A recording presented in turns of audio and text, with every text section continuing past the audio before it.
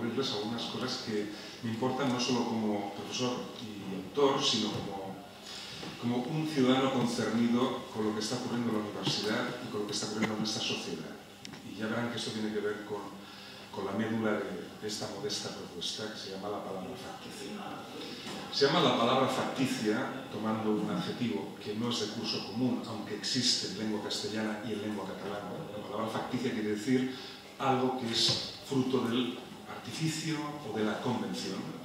Se llama así porque a mí me importaba mucho llamar la atención de los posibles lectores sobre el juego tan apasionante, pero también tan resbaladizo, tan equívoco y tan ambiguo que se da entre lo que llamamos ficciones, es decir, invenciones, y lo que se mal llama no ficción. Digo mal llama porque la palabra no ficción no tiene el menor sustento teórico y crítico. En rigor, la no ficción no existe. Esta es una tesis que el libro intenta argumentar. Lo que existen son usos de intención veraz, usos honestos, usos rigurosos, usos metódicamente apoyados del empalabramiento. Y por esto me gusta hablar de ficticio y de lo facticio. Lo facticio es eso que quiere referir lo real, pero que tiene que hacerlo mediante un empalabramiento, un poner en palabras, como decía mi admirado maestro José María Valverde, que es inevitablemente retórico. Cuando decimos algo de alguien, no estamos copiándolo, no estamos transparentando como es, estamos ofreciendo una versión hecha de metáforas, de alusiones, siempre aproximativas, siempre borrosas y por eso siempre facticias. El título del libro, la palabra facticia, tiene que ver con lo que podríamos llamar, yo creo que Leonardo ha capturado admirablemente lo que yo intentaba decir, lo ha dicho mejor, algo que a mí me preocupa y me obsesiona mucho como ciudadano y como profesor. Describimos una sociedad en la que, por un lado, abunda el parloteo, el hablar por hablar, el hablar impreciso, el hablar haragán, el habla zafia, el habla muy a menudo demagógica, y en el que además se da una inconsciencia muy acentuada de la mayor parte de la ciudadanía sobre la importancia de las palabras. Yo, esto que estoy diciendo, insisto, lo aprendí de mi admirado y admirado maestro José María Valverde, quien tenía una gran preocupación por el empalabramiento, ¿no? Esto es singularmente importante en una época como la que vivimos, y lo digo como ciudadano, en la que se da una polarización tremenda del espectro político-social y en la que los populismos de dos signos y las demagogias de dos signos campan por sus respetos. Se utilizan las palabras, las grandes palabras, las altisonantes palabras, como si las palabras capturasen la realidad, como si las palabras dijesen la verdad, como si las palabras no llevasen consigo siempre una carga equívoca, ambigua, de sentido, con la que tenemos que jugar con mucha responsabilidad. Cito palabras que están a la orden del día en el debate político y social. Yo soy profesor de comunicación y de periodismo, tengo un acceso limitado, por tanto, a la realidad social, pero desde mi pequeño ventanuco de observación, junto con mis amigos y compañeros de Macassemayor, David Pidal y otros, hemos intentado desarrollar una obra de tipo docente y también una obra de investigación, cuya preocupación central es el uso de las palabras, es la responsabilidad que el uso de las palabras implica y es lo que podríamos llamar los riesgos y los vértigos del empalabramiento. A la sombra del maestro, mi maestro fue Valverde y su maestro fue Nietzsche,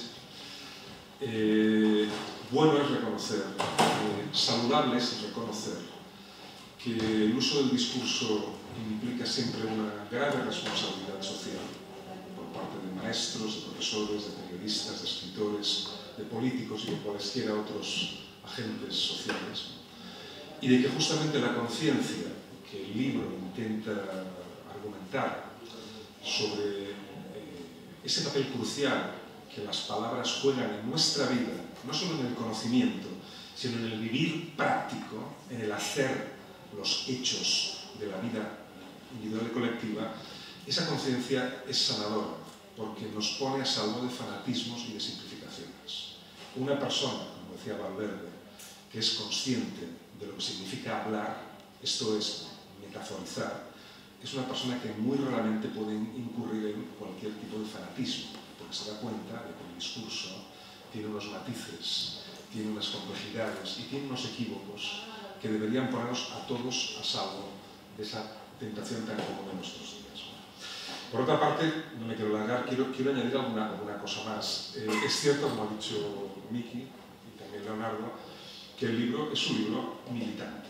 Yo creo que el trabajo que llevamos a cabo en Bellaterra, David, Gemma, yo y otros profesores, es un trabajo militante. ¿Por qué militante? Porque lamentablemente la deriva de la universidad pública, y lo digo con el dolor que da hablar de algo que quieres, de algo que amas. Yo quiero la universidad pública y quiero lo autónomo y quiero a mi facultad y por eso me duele lo que estoy viendo. La deriva es una lamentable deriva hacia lo que podríamos llamar la tecnocracia, el instrumentalismo, un operativismo chato que deja de lado la verdadera educación de las personas jóvenes y la sustituye por la mera instrucción. Estamos sustituyendo la educación, que es siempre educación en el criterio de personas y ciudadanos libres, por la instrucción de borregos. Es algo muy distinto.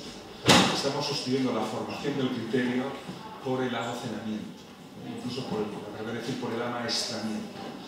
Esto se palpa en nuestra facultad, como Miki ha evocado en su experiencia de todavía reciente estudiante, porque lamentablemente es una facultad, como otras, no está sola en ello, que ha padecido ese proceso tan lamentable de abandono de la educación, de la crítica, de los enfoques culturales, esto es humanísticos, en beneficio de un puro instrumentalismo, insisto, chato, miope, zafio, que ve en el estudiante un mero repetidor de dogmas, de fórmulas, ¿no? Se educa al estudiante para redactar en fórmulas, en latiguillos, en prejuicios, en tópicos, y ya no se le prepara en la literatura, ni en la filosofía, ni en el arte, ni en ninguna disciplina humanística. Les voy a dar una anécdota para que entiendan cuál es la situación desde la que les hablo y les hablamos mis compañeros y amigos Gemma y David, que forman parte del máster que organizamos. Un máster también militante, artesanal y, por supuesto, para la Andalucía.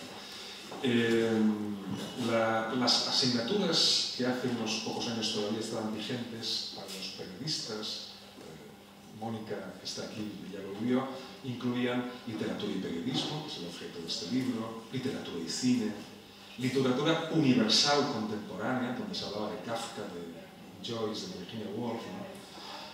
Asignaturas de arte, de historia del cine, de estética teatral. Todo eso, todo ha desaparecido con la excusa de Bolonia. Yo hablo con indignación, yo hablo con una herida que me supura, y en la introducción del libro hablo de eso. El libro no habla de eso, el libro habla de otras cosas, pero introduzco con eso en la argumentación, porque me parece que estamos creando una sociedad de súbditos que ignoran que son súbditos. Son súbditos que se sueñan ciudadanos, pero que ya no saben pensar, no saben criticar y no saben elegir. Claro, esto ocurre en una facultad donde se forma a los periodistas y comunicadores que a su vez amaestrarán al personal. Bueno, les hablo de, como ven, de una herida que supura, ¿no? de una herida que duele, que está ahí, ¿no? De una lamentable amputación de las humanidades del sistema universitario catalán y español, lamentable, nunca se deplorará bastante y lo pagaremos caro entre todos. Pero también quiero celebrar algunas cosas, ¿no? Quiero celebrar que a pesar de todo haya estudiantes, profesores y periodistas y escritores que están poseídos por ese espíritu letra herido que antes adjudicaba a Leonardo y que desde luego también vive y tiene Miki, ¿no? Esa pasión por decir bien, por decir bellamente, esa pasión por el lenguaje, por el empalabramiento significativo, ¿no? Y esa convicción de que no se puede estudiar la comunicación, el periodismo dentro de la comunicación, si dejamos de lado las humanidades y el acervo crítico, el acervo reflexivo, el acervo cultural que las humanidades procuran. De hecho, el libro, a ver, es un libro largo, es un libro que trata bastantes cosas y algunas no lo suficientemente bien, Pero el libro, en el fondo, su latido más íntimo es ese alegato en defensa de la palabra y de las humanidades, en definitiva, de lo humano, porque la amputación de las humanidades es la amputación del humanismo como tradición e implica, y aquí hablo a la sombra de maestros filósofos que no he conocido pero que hemos leído, como citaba Leonardo, implica la rigurosa deshumanización de nuestras sociedades. Vivimos sociedades deshumanizadas. Yo modestamente defiendo una vinculación entre la investigación académica y la docencia académica y lo que ocurre en la sociedad, lo que ocurre en el mundo en el que vivimos. Hay que reconectar las aulas con las calles, hay que volver a imbricar las preocupaciones docentes e investigadoras con las urgencias y las preocupaciones de una sociedad que camina a tientas, que camina casi a ciegas.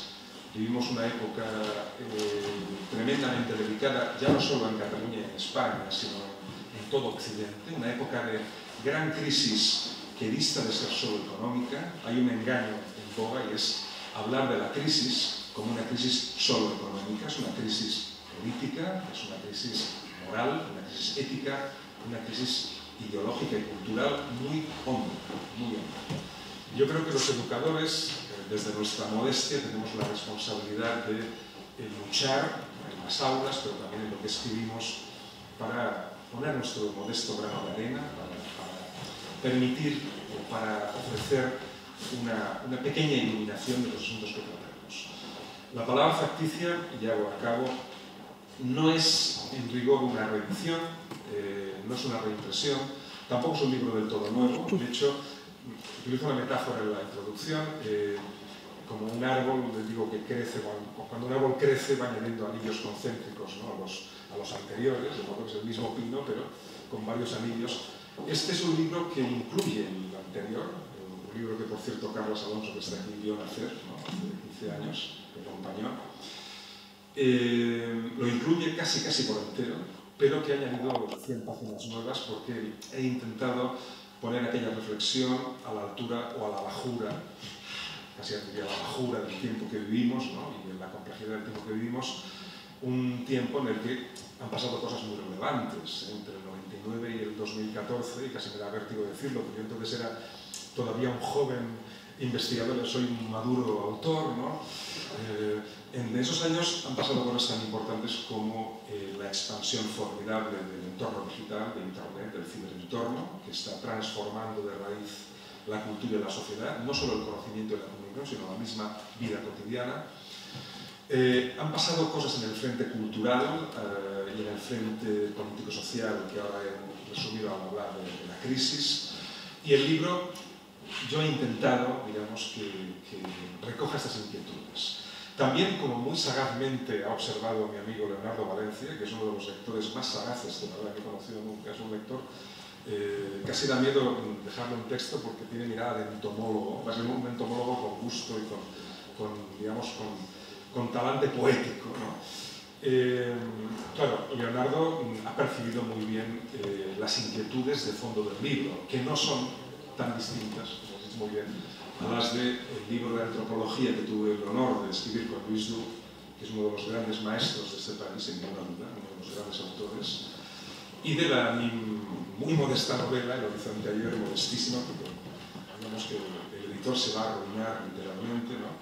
Pero es una novela que está atravesada por la misma inquietud. A mí una cosa que me inquieta mucho, y que aparece en el título y aparece en la novela, es que eso que juzgamos certezas y verdades son algo mucho más resbaladizo, mucho más curioso, mucho más incierto, mucho más facticio, aquí está la palabra, ¿no? En la novela intenté explorarlo con las armas y bagajes del modesto escritor que empieza, y aquí, con algo más de seguridad, porque al fin y al cabo yo soy profesor, no soy novelista, he intentado razonarlo argumentadamente de la mano de un elenco de autores a los que admiro mucho y valoro mucho. Bueno, de verdad que les agradezco mucho la asistencia. El libro, a mí me alegra mucho que reaparezca porque había muerto hace 2 años el libro, ahora vuelve a renacer un poco con la cara lavada y recién peinado, podemos decir, ¿no? Y con esos círculos concéntricos que hemos añadido, ¿no? Ojalá el libro se abra camino. Diré, como llevo 3 minutos con un tono más optimista que el principio, volveré otra vez a cierto pesimismo, ¿no? Diré que el libro, como el trabajo de mis compañeros que están aquí, David, Gemma y otros, o Miki, o el que hace Leonardo, bueno, este tipo de libros aparecen en una universidad donde ya no tienen lectores. Es increíble, lo digo en la introducción, porque a mí, algo que fue capital en mi trabajo como profesor investigador, a mí mi trabajo me apasiona, me gusta mucho, siempre me ha gustado mucho lo que hago, y tengo la suerte de que me levanto para hacer algo que me produce entusiasmo todos los días, ¿no? Debo decir que últimamente me produce menos entusiasmo, porque una levadura básica del primer libro fueron los estudiantes. En clases inolvidables que David y Gemma han compartido, nosotros, que éramos jóvenes profesores, llevábamos en nuestros parvos conocimientos y encontrábamos muy a menudo una réplica, una respuesta activa. Se daba ese pequeño milagro que tienen a veces las aulas, que es, cuando ocurre, yo siempre pienso que es el mejor trabajo del mundo, ¿no? Es cuando se da el clic de la comunicación con el estudiante, es una maravilla que se da cada vez menos, hay que decir, ¿no? Se da cada vez menos. ¿Por qué? Porque el contexto es un contexto adverso a lo que podríamos llamar la creatividad y la cuota de poesía que la educación debe tener siempre. La educación tiene que ser encuentro, y hoy en día apenas es posible el encuentro en aulas que están sometidas a una regimentación burocrática brutal, donde apenas es posible el diálogo, donde todo está encorsetado en créditos, en un lenguaje economicista absurdo y ridículo que haría las delicias de Peter Sellers, en efecto, las delicias y de Groucho Marx también, ¿no? De modo que, hay que decirlo, qué bien que el libro reaparece como el ave fénix con otro título y con 100 páginas nuevas, pero tendrán que leerlo fuera de las facultades de comunicación catalanas. Por lo menos desde aquí ya no lo van a leer, quizá, y me alegro mucho, en América Latina, donde por cierto tiene una recepción de la que me congratulo, ¿no? Y bueno, de verdad, muchas gracias por su asistencia. Hemos hecho esto con muchas ganas, creo que se nota. Y si hay alguna pregunta, alguna cuestión que quieran hacernos, estaremos encantados de hablar. Buscar, no sé. A ver si hay alguna cuestión.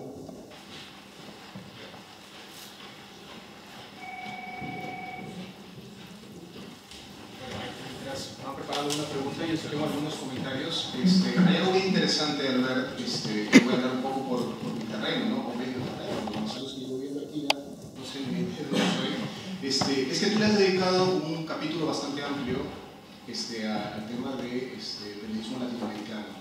Eso nos está yendo uno de los nuestros. Esto me parece muy interesante y creo que también es una especie de reto, ¿no? Yo te lo planteo porque es un campo de conocimiento en este tema de relaciones, llamémoslas transatlánticas, ¿no? Yo creo que eso es un campo que creo que se debería potenciar todavía más. Yo creo que yo creo que tu libro, no sé si el libro, tal vez es muy difícil de leer los libros, pero estoy seguro que en muchos países de América Latina, al menos en fotocopia, lo leen. Entonces, no está todavía en yo creo que esa parte es muy interesante y de alguna manera sí me gustaría incidir en el tema de favorecer este diálogo que ya se está dando en el plano de muchos periodistas que van y vienen y trabajan. Tú vas mucho por América Latina, Roberto Hensler también hace una labor de ese tipo. Me contaba Miki que el 80% de los alumnos del máster son latinoamericanos. Bueno, 60%, aunque sea un 50% ya es bastante. Entonces, lo que quiero decir es que creo que sería interesante favorecer un poco esto, porque creo que hay figuras que todavía en España no han entrado del todo. Tú ya dedicas espacio a muchos, ¿no? Pero por ejemplo yo eché en falta, y esto no es como crítica, sino como una necesidad de ampliarlo, entré en falta, por ejemplo, a abordar una figura como la de Carlos Monsiváis. Es un autor que no ha sido leído del todo en España, poco editado aquí, es un par de libros no editado acá. Creo que valdría la pena un poco, es una señal de este tipo de autores que siempre ha problematizado la relación del escritor entre periodismo y literatura. Es un punto que quería comentártelo para ver el tema de las relaciones con Latinoamérica, ¿no? Déjame decir una cosa que me parece muy oportuno lo que dices por lo siguiente. Algo que olvidé decir antes. Algo bueno que ha pasado estos 15 años. Cuando yo hice el libro había un libro de los años 70 en el que yo aprendí de José Acosta Montoro, Periodismo y Literatura. Y luego prácticamente no había nada más. Había 4 o 5 libritos realmente pésimos de prosa burocrática universitaria. Luego apareció este libro que sí que tuvo un cierto eco. Pero luego han aparecido otros, y esto me parece muy interesante y valioso. Han aparecido los libros de Roberto Gersen, que se acaba de leer ahora, Periodismo narrativo, el de Darío Jaramillo Agudelo, Jordi Carrión, el libro de María Angulo Egea, ¿no? Que tienen, yo creo, y yo los he recibido con mucho interés, el de Juan José Hoyos, por cierto, un magnífico libro de colombiano. Son libros interesantes sobre todo porque tienen un valor de antologías, son libros que antologan con acierto en general, lo que podríamos llamar las nuevas levas de periodistas, escritores, tanto españoles como sobre todo latinoamericanos. Entonces, son muestrarios interesantes y valiosos.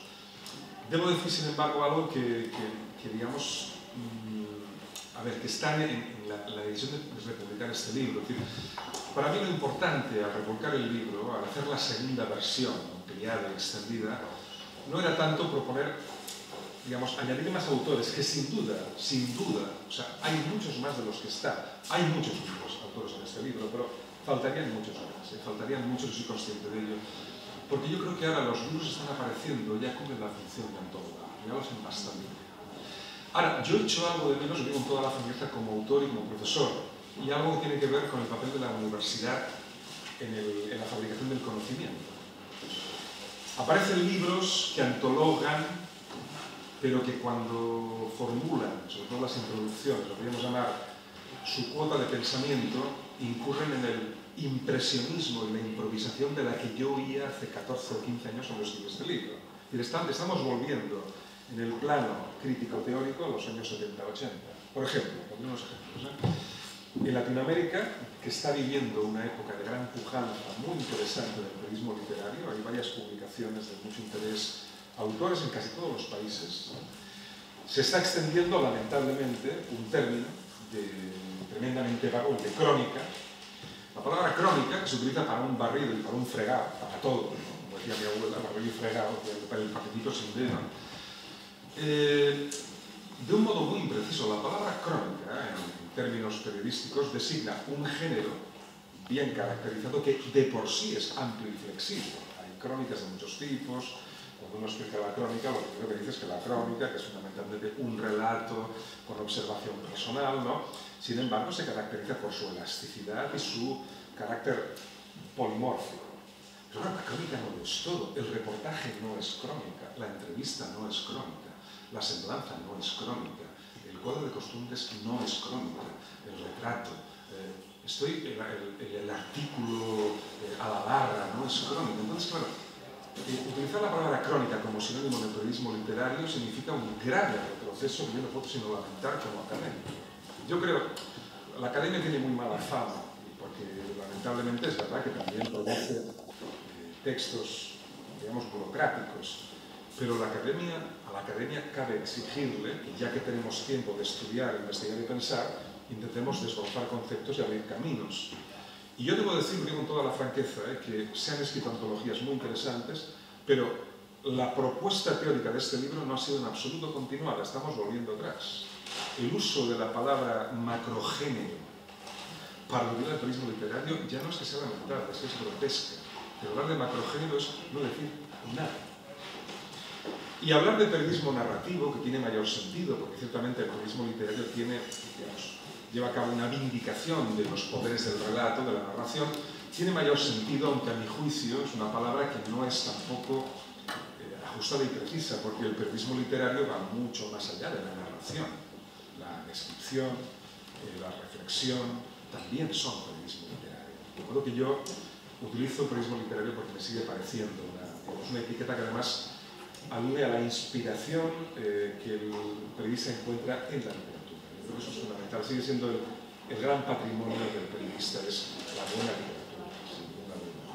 Pero tienes todas las razones, que me dejo nombres en el tintero. Me dejo muchos nombres, pero al hacer el libro no pretendí rivalizar con mis compañeros antologando más autores.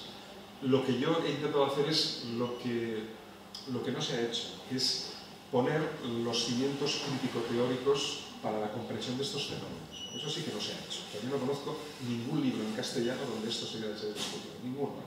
En inglés muy pocos, y no demasiado buenos, hay que decirlo. En castellano no hay ninguno. Son libros, son metodologías, son manuales con una gran utilidad, técnica, pero no hay la reflexión de fondo que yo creo que es necesaria en este asunto.